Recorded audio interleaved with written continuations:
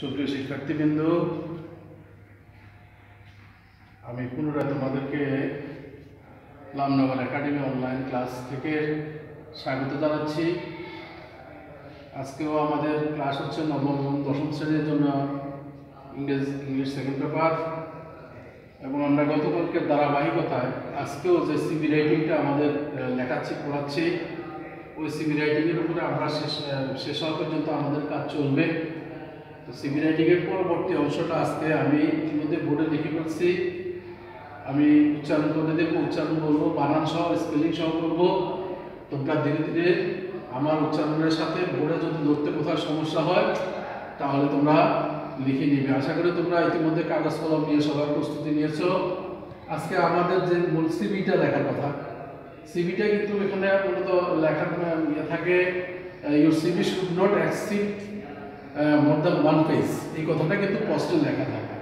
তো সুতরাং এখানে যে সিভিটা অর্থাৎ তোমার জীবন বৃত্তান্ত যেটাকে বোঝায় কারিকুলাম ভিটা, এই কারিকুলাম ভিটাটা অবশ্যই তোমরা একটা পেজে লেখার চেষ্টা করবে। যদিও আমরা এটা কিন্তু আজকে শেষ করতে পারতেছি না, আগামী ক্লাসও আমাদের সিভি রাইটিংয়ের বাকি অংশটা আমরা লেখাবো। আশা করি গতকালকে আমরা যে অ্যাপ্লিকেশনটা প্রথমে যে আবেদনটা লিখতে হয় সেই আবেদনটা তোমরা ইতিমধ্যে মুখস্থ করে নিয়েছো। যদি কারো এটা মুখস্থ না হয়ে থাকে, যদি তুমি লিখতে না পারো, তাহলে এই অংশটা সহ আগামী ক্লাসের পূর্বেই তোমরা এটা ভালোভাবে শিখে নেবে। এখন আমি তোমাদের সিভি রাইটিংয়ের বিষয়টা বলতেছি, তোমরা লিখতে প্রস্তুতি নাও। প্রথমে আসছে কারিকুলাম ভিটা, এটা অর্থ হচ্ছে জীবন বৃত্তান্ত। Curriculum CURRICULUM, curriculum. Vitae VITAE, এটা টাইটেলে থাকবে, শিরোনামে থাকবে এটা। এরপরে তোমার বিস্তারিত তোমার নাম। প্রথমে আসতেছে নেম, এখানে আমি একটা নাম দিয়েছি মোহাম্মদ হাসান। তুমি তোমার নাম লিখবে, যে যা প্রত্যেকের নাম লিখবে। অবশ্যই এই কলমটা পূর্ণ করে লিখবে, এখানে খালি রাখা যাবে না। তারপর আসতেছে ফাদার্স নেম। ফাদার্স নেম এখানে লেখা আছে MD লোকমান হোসেন, যে কোনো একটা নাম লিখলাম। এরপরে আসতেছে মাদার্স নেম, রাজিয়া বেগম, তোমরা তোমাদের পিতামাতার নাম লিখবে। এরপরে আসতেছে পার্মানেন্ট অ্যাড্রেস। পার্মানেন্ট অ্যাড্রেস হচ্ছে স্থায়ী ঠিকানা। এটা উচ্চারণটা বলছি তোমাদের লেখা সুবিধার জন্য, বানানটা বলছি PERMANENT, পার্মানেন্ট, স্থায়ী। অ্যাড্রেস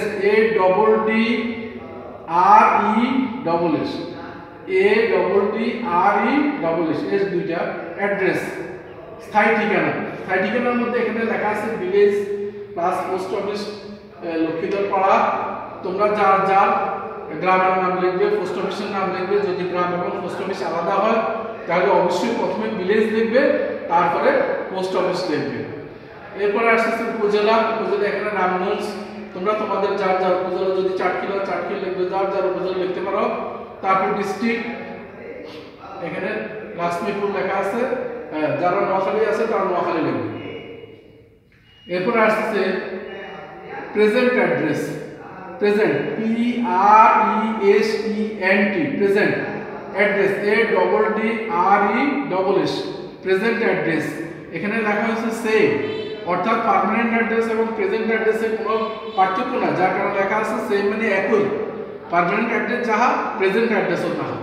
এরপর আসছে ডেট অফ বার্থ, জন্ম তারিখ। যার যার জন্ম তারিখ লিখবে, এখানে দেওয়া আছে 20 জুলাই 1995। তোমরা তোমাদের জন্ম তারিখ লিখবে। ন্যাশনালিটি হচ্ছে জাতীয়তা, NATIONALITY, ন্যাশনালিটি। এটা হবে বাংলাদেশি, BANGLADESHI,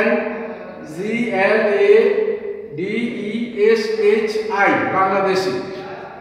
এরপর আসছে রিলিজিয়ন, RELIGION, রিলিজিয়নটা হচ্ছে ইসলাম, ISLAM। তারপরে ম্যারিটাল স্ট্যাটাস, বৈবাহিক অবস্থা, MARITAL, marital STATUS, marital status, বৈবাহিক অবস্থা, ম্যারিড অর আনম্যারিড, বিবাহিত অথবা অবিবাহিত। যার যে অবস্থা সেটা লিখবে। এরপরে আসতেছে মোবাইল নাম্বার, মোবাইল নাম্বারে 01715 লেখা বা যে কোনো 0710816 লেখা ডট ডট, কারণ পূর্ণ মোবাইল নাম্বারটা না দেওয়াই সবচেয়ে ভালো। তাহলে আজকে আমাদের সিভি রাইটিং থেকে যে অংশটা দিলাম এই অংশটা তোমরা ভালোভাবে পড়ে নেবে এবং এগুলো অবশ্যই তোমাদের বানান সহ ভালোভাবে মুখস্থ করতে হবে, পড়তে হবে এবং লিখতে হবে, কারণ এগুলো কিন্তু প্রশ্নের মধ্যে কখনো লেখা থাকবে না।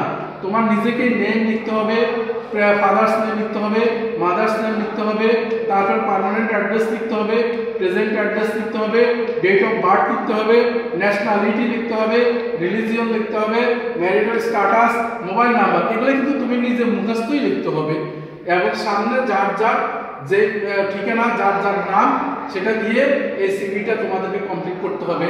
তো আজকে আমার সিভি রাইটিং এর উপরে যতটুকু আলোচনা আজকে করলাম এতটুকুই তোমরা ভালোভাবে মুখস্থ করে নেবে একদম কারিকুলাম বিটা থেকে, কারণ এটাও কোথাও লেখা থাকবে না, এটা তোমাকে বানানটা ভালোভাবে মুখস্থ করতে হবে। আশা করি তোমরা বাসা বাড়িতে এই সিভি রাইটিংটা আমরা অবশ্যই ভালো করে পড়ে নেব, কারণ আমি গতকালও তোমাদেরকে এই বিষয়ে বলেছি যে এটা কিন্তু তোমাদের পরীক্ষাতে আছে মাস্ট, এই সিভি রাইটিংটা অবশ্যই পরীক্ষাতে আছে, যে কোনো পরীক্ষাতে এখন থেকে তোমার যে কোনো পরীক্ষা হবে প্রত্যেকটা পরীক্ষাতে কিন্তু সিভি রাইটিং প্রশ্নের মধ্যে থাকবে।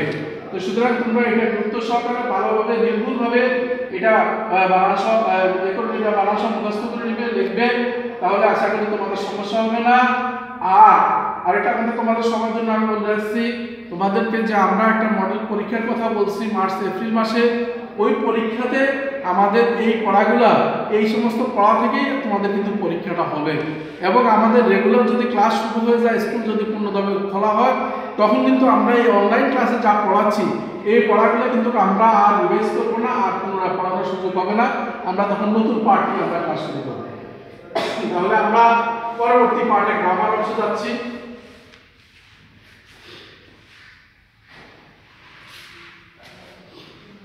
আমাদের গ্রামার অংশে আমরা যে বিষয়টা আলোচনা করছি সেটা হচ্ছে structure of tense or classification of টেন্সের প্রকারভেদে আমরা সেখানে টেন্সের গঠনগুলো নিয়ে আলোচনা করছি। তোমাদের মনে আছে গতকালকে আমরা প্রেজেন্ট ইনডেফিনিট টেন্সের গঠন এবং উদাহরণ সেটা পড়াইছিলাম, আশা করি তোমরা সেটা ভালোভাবে পড়ে নিয়েছো। আজকে আমরা প্রেজেন্ট কন্টিনিউয়াস নিয়ে আলোচনা করব।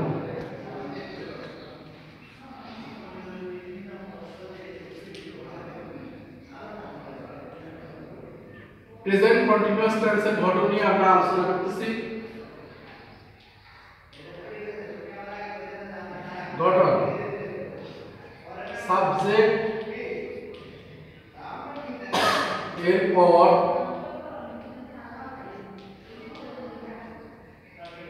নাম্বার ও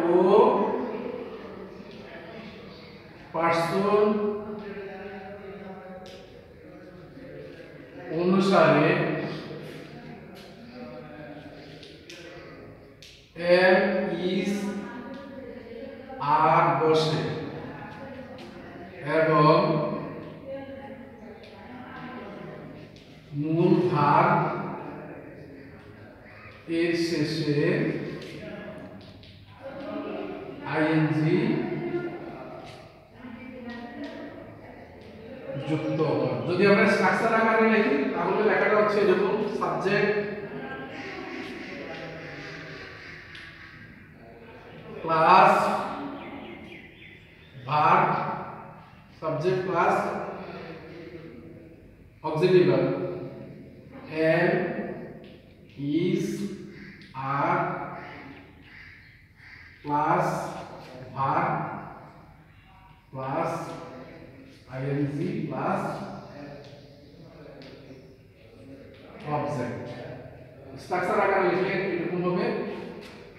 উদাহরণ দিচ্ছি: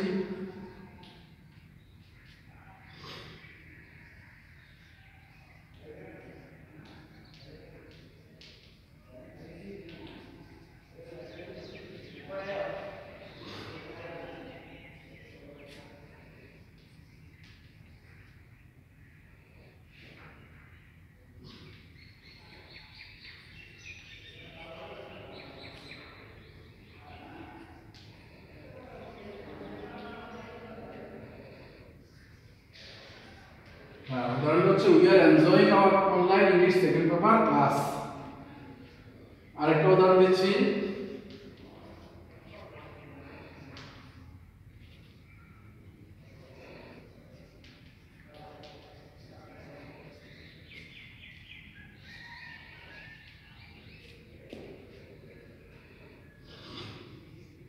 he is driving a car।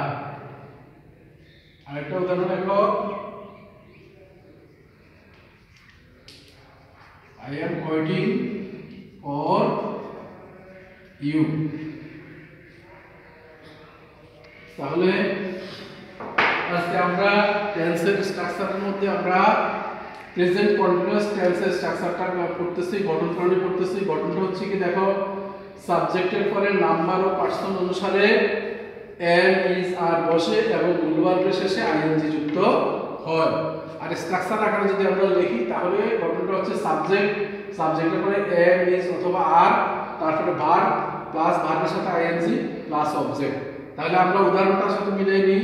এখানে সাবজেক্ট হচ্ছে উই পরে আমাদের এখান থেকে সাবজেক্ট উই বসছে, অক্সিলিয়ারি থেকে যেহেতু উইটা প্লুরাল, এখানে উইর সাথে কি বসছে আর, তারপর ভার্ব হচ্ছে এনজয়, এনজয়ের সাথে কি যুক্ত হয়েছে এই যে ভার্বের সাথে আইএনজি, তাইলে এনজয়ের সাথে আইএনজি যুক্ত হয়েছে enjoying our online English second paper class. আমরা আমাদের অনলাইন ইংরেজি সেকেন্ড পেপার ক্লাসটাকে উপভোগ করছি।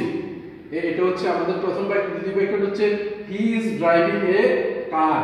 এখানে হি পরে আসছে সাবজেক্ট, হি পরে আসছে ইজ এর পরে এখানে ভার্বটা হচ্ছে ড্রাইভ বানানটা হচ্ছে D R I V E. এটা সবসময় মনে রাখবে, শব্দের শেষে যদি ই থাকে ওই ই পরে শব্দের শেষে ই যুক্ত যে সমস্ত শব্দের সাথে আমরা যদি আইএনজি যোগ করতে হয় তাহলে ওই ইটা উঠে দিয়ে তারপরে আইএনজি যোগ করতে হয়। তাহলে এখানে হচ্ছে হি ইজ ড্রাইভিং এ কার, সে গাড়ি চালাচ্ছে। সাবজেক্ট পরে ইজ বসছে, মূলের সাথে আইএনজি যুক্ত হয়েছে। এবং সর্বশেষ যে বাক্যটা সেটা হচ্ছে I am waiting for you. I পরে বসছে এম এবং ওয়েট শব্দটা ভার্ব, এখানে ওয়েটের সাথে আইএনজি যুক্ত হয়ে গেছে, waiting, I am waiting for you. সুপ্রিয় শিক্ষার্থীবৃন্দ, আজকে আমরা আমাদের ইংলিশ সেকেন্ড পেপার ক্লাসে যে বিষয়গুলো আলোচনা করছি সিভি রাইটিং এবং টেন্সের উপরে, এটা অবশ্যই তোমরা ভালোভাবে বাসা বাড়িতে পড়বে, পড়ালেখা করবে এবং সবাই স্বাস্থ্যবিধি মেনে চলবে। সবাইকে ধন্যবাদ জানিয়ে আজকের ক্লাস এখানে শেষ করছি। আল্লাহ হাফেজ।